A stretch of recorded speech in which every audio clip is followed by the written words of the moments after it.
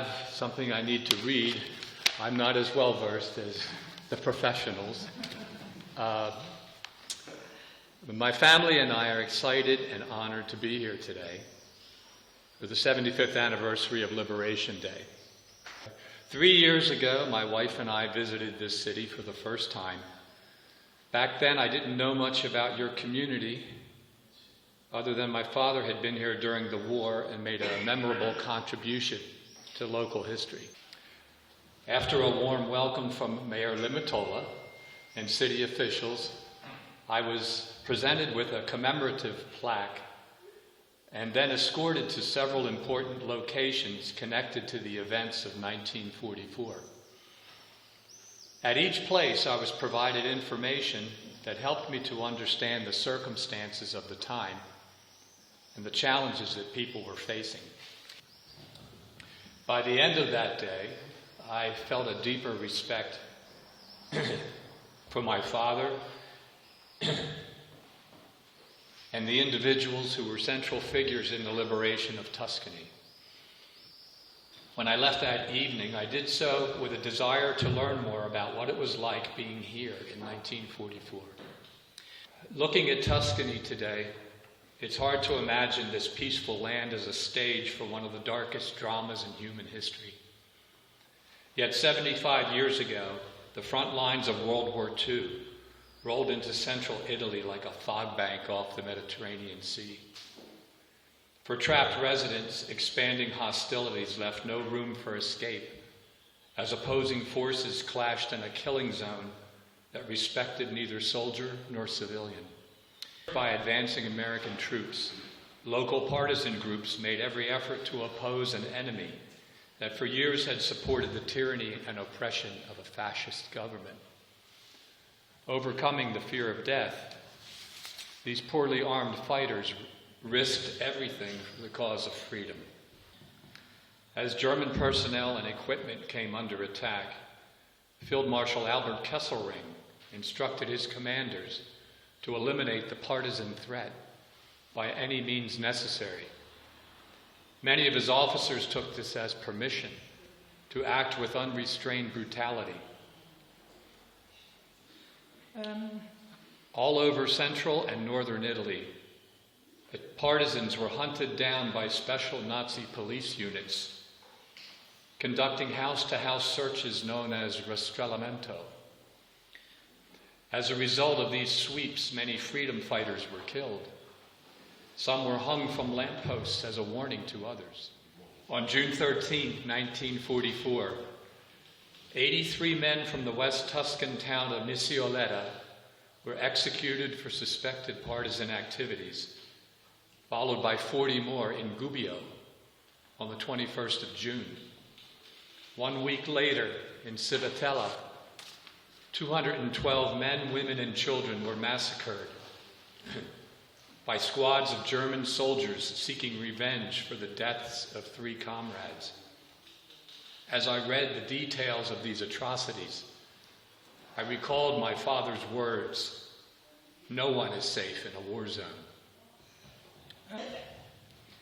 Here in Roccastradini, just days before liberation, German demolition teams, ignoring Geneva Convention rules, planted secret explosives in private homes that were set to detonate when residents returned. Whole families became victims. Even City Hall was not spared, as a retreating German army blew up buildings without warning in order to block advancing American tanks. These tragedies, these wounds of war, are a painful reminder of how difficult and dangerous it was to be living in Tuscany. Everyone was at risk, and everyone was afraid. On June 16, 1944, my father arrived in Roccastradini with an American Army task force that was operating behind enemy lines. In previous days, this small group of 150 soldiers had somehow managed to avoid detection while gathering important information. Unable to communicate with the main body of American troops, their secret and unexpected presence provided encouragement to many residents struggling with the growing threat that surrounded the city. Running low on supplies and ammunition, Task Force leader Sergeant Henry Ford realized that it was just a matter of time before they were discovered by German troops camped nearby.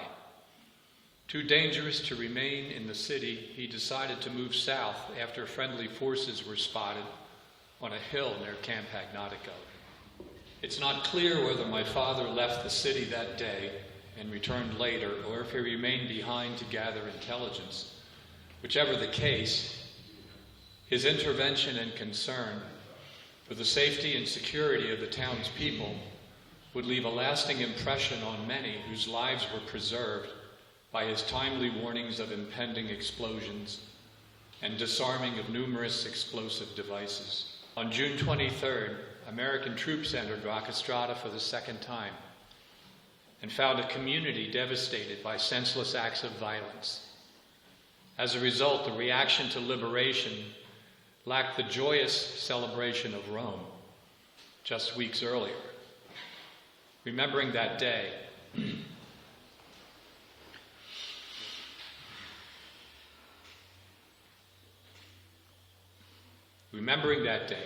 tears filled my father's eyes as he recalled the cries of grief and bitterness that echoed throughout the stone streets and buildings of the city.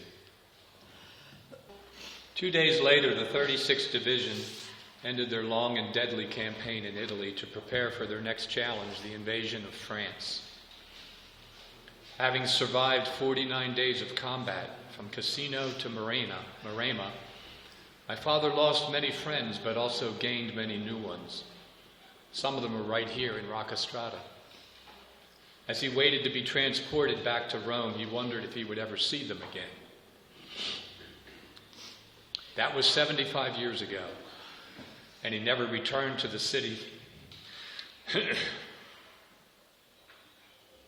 He never returned to the city he loved. Memories of the war were too painful. So does living history. Dad said he knew many brave men who will never be recognized for their acts of courage because no one was there to record what they did. Thanks to efforts by local historians of this and others to preserve the history of this city, we are able to honor those who made this day possible. As we commemorate their triumphs and tragedies, our debt of remembrance can be summed up in the famous words of Winston Churchill: "Never have so many owed so much to so few."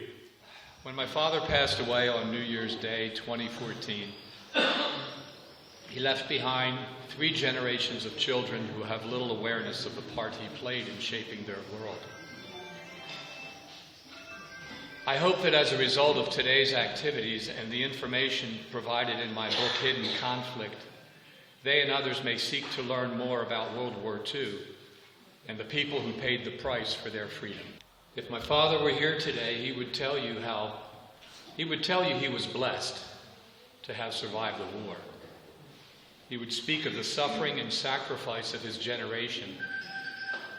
He would be proud to see his picture on display in City Hall, yet honored, yet humbled to be honored among the heroes of your community.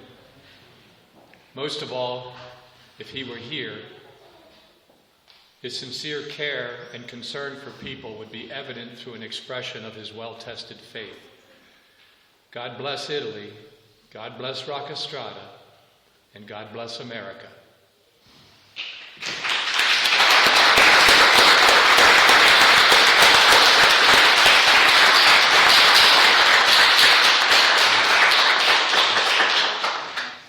Da mio padre e dalla sua famiglia, grazie per esserti ricordato. From my father and his family, thank you for remembering.